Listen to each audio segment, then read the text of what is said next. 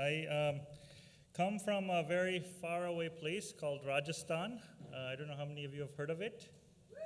Yes? Yeah, good.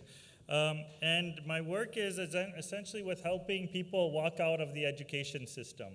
And to promote, I'm very interested in promoting people's knowledge systems and intercultural and interspecies dialogue.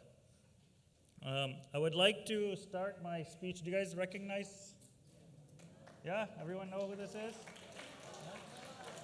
Okay, so I'd like to start my speech today by honoring Malala.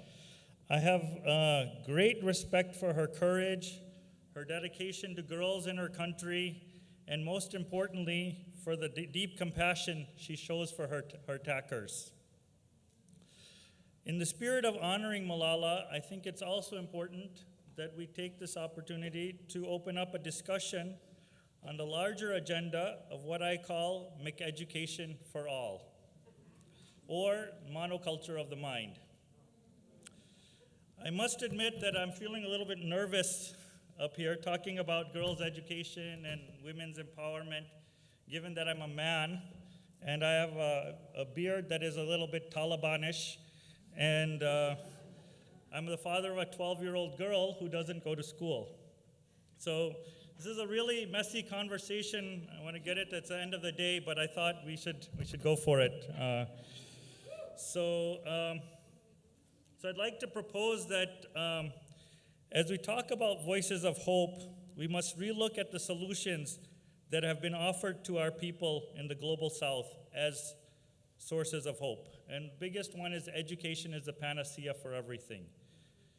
In the words of Malala, pencils and books are the weapons that defeat terrorism. I used to believe, with the very best intentions 20 years ago, when I entered the world of international education and development, I used to believe this. The thinking behind it went something like this. One, that terrorism and violence are happening because local peoples are barbaric, uneducated, and living in darkness. They're not scientific, rational, or connected to the internet. If you leave them alone to play together, they won't be able to do so without fighting.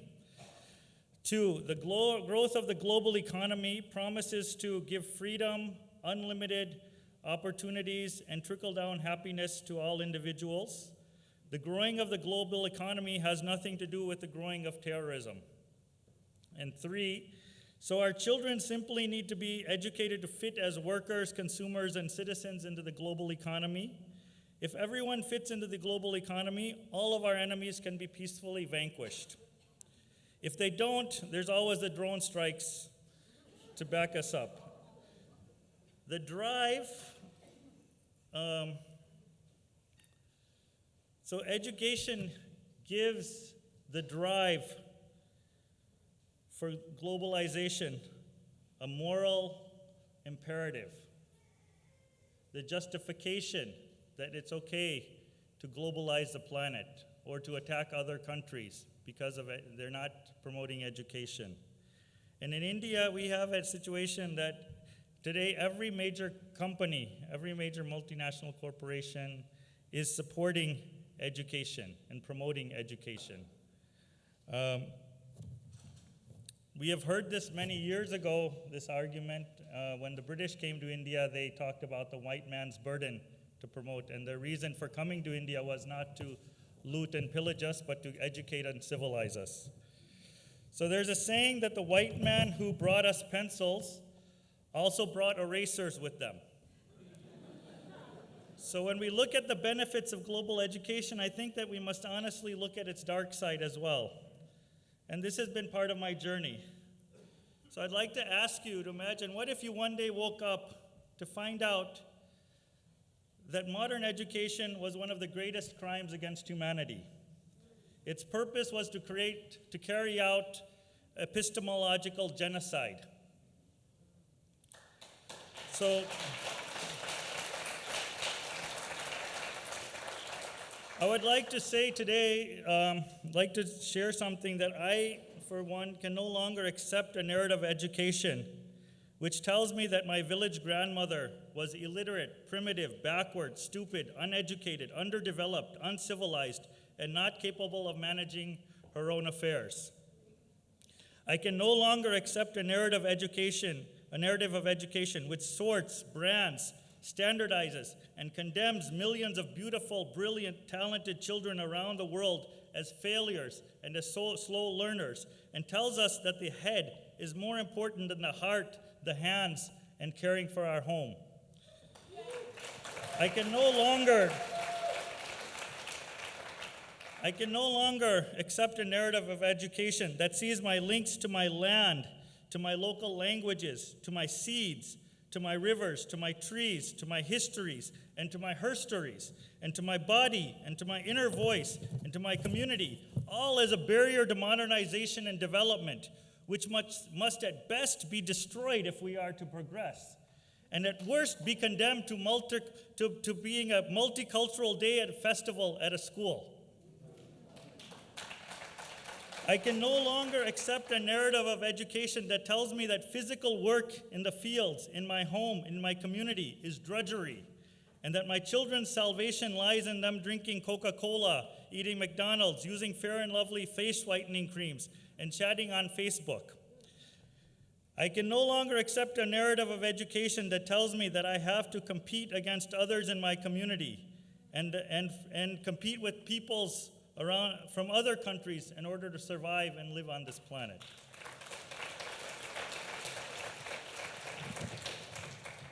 And I can no longer accept a narrative of education that tells me that we are poor in education because we don't have schools, we don't have professional trained teachers, or we don't have scientific knowledge. We need to have more foreign direct investment. We need foreign aid. We need public-private partnerships. We need free trade agreements. And we need to always trust the experts over the wisdom of our communities. So if we want real hope, I think we need from what we've been hearing since the morning, we need a new understanding of politics, a new reimagining of education and people's power, and a new kind of dialogue between the global North and global South. So let me share a story to illustrate this a little bit. So there was a simple basket weaver in a faraway village in India. His name was Ramu. He used to make beautiful baskets with the help of his wife and children. So one day, a businessman from New York, let's call him Mr. Sachs, was holidaying on a beach in a nearby town. He happened to go into the local market, and he saw Ramu sitting there with his beautiful baskets. And he was like, wow, these are the most incredible baskets I've ever seen in my life. He went and asked Ramu, how much are these baskets? So you notice that Ramu wasn't selling very many. Somebody was coming, haggling with him a little bit over the price. So Ramu said, for you, sir, the basket will be $1. So he said, $1? That's it? That's so cheap. And what if I buy 10 baskets from you, Ramu? He said, 10 baskets? Oh, I can give them to you for 90 cents? So his mind started working. He's like, wow, okay, this is looking like a really beautiful idea. He started thinking poverty alleviation, income generation, microfinance, women's empowerment, climate-friendly carbon credits, sustainable development, fair trade, and lots of profit for me. This business could have it all. So he said, okay, what if I want to get 100 baskets from you, Ramu? And he said, 100 baskets? I don't really have 100 baskets, but maybe I could give them to you for 75 cents. So he was like, fantastic, fantastic. So he gets whatever few, there was like 7, 8 baskets there. So he says, let me take these baskets. Here's $1 for each of the baskets. And he's so happy, and he goes back, he flies back to New York, and he goes and meets a chocolate maker. I think, what's the best chocolate in New York? Anyone know? Chrome? Okay, chrome chocolate. Okay, sounds good. So he says, goes to the CEO of Chrome chocolate? Really? Okay, all right. I was thinking like Godiva or I don't know, whatever you guys eat here. But anyway, so he goes and he's like, look at this basket. It's so fantastic. Can't you imagine your entire Christmas sales this year with using these baskets? Wouldn't this be phenomenal? And the guy was looking, the CEO of Chrome Chocolate, so was looking at him and saying, well, they are quite beautiful, but they'd be quite expensive, no? It's like, no, you could have a whole special marketing campaign, put on the fair trade thing, put on the whole thing, local villagers in India supporting these baskets, and look how good you are, and how good your company is. It'd be fantastic CSR. So he's like, okay, that sounds like good. How much will these baskets be? So Mr. Sachs, of course, quite a good businessman, he says, oh, for you, $10 a basket. $10 a basket? That's a lot. But he's like, no, think of the whole publicity. This is like really good publicity for you guys. So he's like, okay, let's have a deal. So he says, I need 10,000 baskets to start. Anticipating a great Christmas season. So he's like, 10,000 baskets, and starts calculating. Anyone good at maths? 10,000 into how much profit is that? A lot? All right. So Mr. Sachs is really happy. So he gets on his plane and he flies back to India and he says, Ramu, I have very good news for you. And Ramu says, what is that? He's like, I am going to make you a very rich man. I am going to make your children very rich. I am going to make you have an amazing life. Your wife is going to be so happy. You're going to have all the things you ever dreamed about. So I need you to make 10,000 baskets for me. Ram was like, 10,000 baskets? Oh, okay.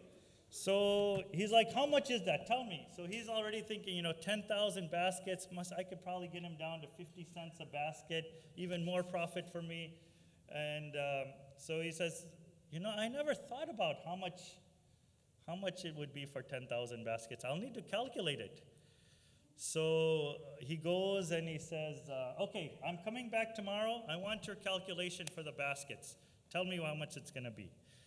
So he says, okay, I'll try to do it. So he comes back the next day, and he's all excited, Mr. Sachs. He's got the contract with him. He's got a nice, really fancy pen, and he's going to have all this signed up and the deal done. And he goes and asks Ramu, okay, have you thought about how much per basket? He says, yes, I spent the whole night calculating. I had to think a lot. How much is it? He said, for you, it will only be $1,000 per basket. It's like, $1,000 per basket? Don't be ridiculous, Ramu. I'm an MBA from Harvard. Who is your accountant? So Ramu says, Mr. Sachs, my calculations did not work, so I asked my illiterate grandmother. And she reminded me that if I were to make 10,000 baskets, our forest and river would be completely destroyed. Because I would have to get all the grass and the natural colors from the flowers, and the entire ecosystem would be destroyed. And our 1,000 families in our community depend on the commons of this forest. She reminded me I would have no time to play with and learn from my children. I would have no time to make love with my wife. I would have no time to take care of my parents and grandparents. I would have no time to walk in silent meditation for long distances with my animals or to grow my own fresh organic vegetables. I would have no time to help my neighbors, to sing and dance in our festivals, or to mourn for the dead. But Ramu, you can buy some machines to help you automate your work. But Mr. Sachs, I put my creativity and soul into each basket. That's where the beauty and joy of it comes from. Be reasonable, Ramu. These are all things that you can buy once you have a lot of money. Look at how poor you are right now. Your children if you follow what I'm telling you, your children can go to a good English school in the city. Please, Mrs. Ramu, explain to this uneducated husband of yours that he is making a big mistake. And Mrs. Ramu said, but Mr. Sachs, life is not a commodity. We are not the owners of it. Our connection to our place, to our community, to our spirits is the source of life and knowledge. I am sorry, but we are not for sale. Mr. Sachs said, you are making a big mistake, Ramu. You are denying your children a bright future. If only you had been educated and learned economics the right way. I can't believe how irrational and superstitious you are. He ripped up the contract and started to storm out. And Ramu stopped him and said, sir, you look hungry and tired. Please stay here tonight with us. Ramu offered him whatever little food they had in the house with deep hospitality, care, and the spirit of friendship. The next day, Mr. Sachs was still very angry and went back to New York. So this is where the story usually ends. But a few years later, Mr. Sachs was walking down the street near Cooper Union.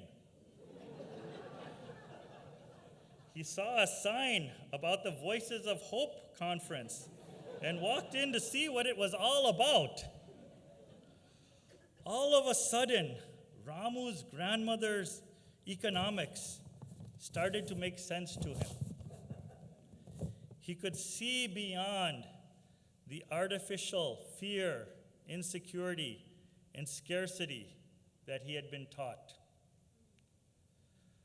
What happens next as a result of this unlearning is another story.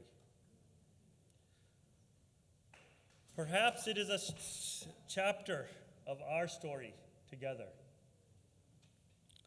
So what gives me hope for education is the possibility of unlearning and the power of the wisdom tradition still deep within all of us who still know the real value of things. And I meet people like Ramu every day in my work. I would just like to name a few of them. There's the village women farmers who remind me that they are growing she crops and they have no interest in growing cash crops, which they call he crops. There are the people of the forest in Niyamgiri who have turned down multi-million-dollar deal from Vedanta Mining Corporation, saying that our gods and goddesses live in these forests and we don't want to mine them. There's the IT worker who says, I don't want to spend the rest of my life sitting in front of a computer programming for the global economy.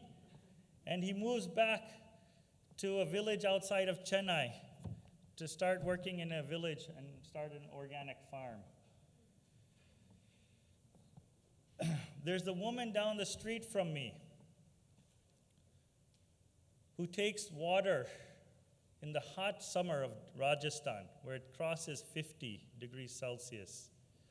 She takes water and she offers it as a gift to weary travelers without charging any money for that water. She says that water is not a commodity. And there's one of my students I would just like to share from Swaraj University, fantastically gifted person who decides to put his career on hold and spend a year taking care of his father who's dying of cancer. These are the kinds of people that give me hope because they are refusing the logic of modern growth and development. They are living with a different kind of wisdom. And that's the kind of education that I would like to explore with all of you, is what kind of education can create and help us tap back into that very basic wisdom of what it means to live together on this planet and in harmony with each other. So the chance for a new kind of dialogue between the global north and the south, between the so-called educated and uneducated, between the feminine and the masculine, between the known and unknown, is what excites me about the IAL. So I look forward to being in many more conversations with you. Thank you.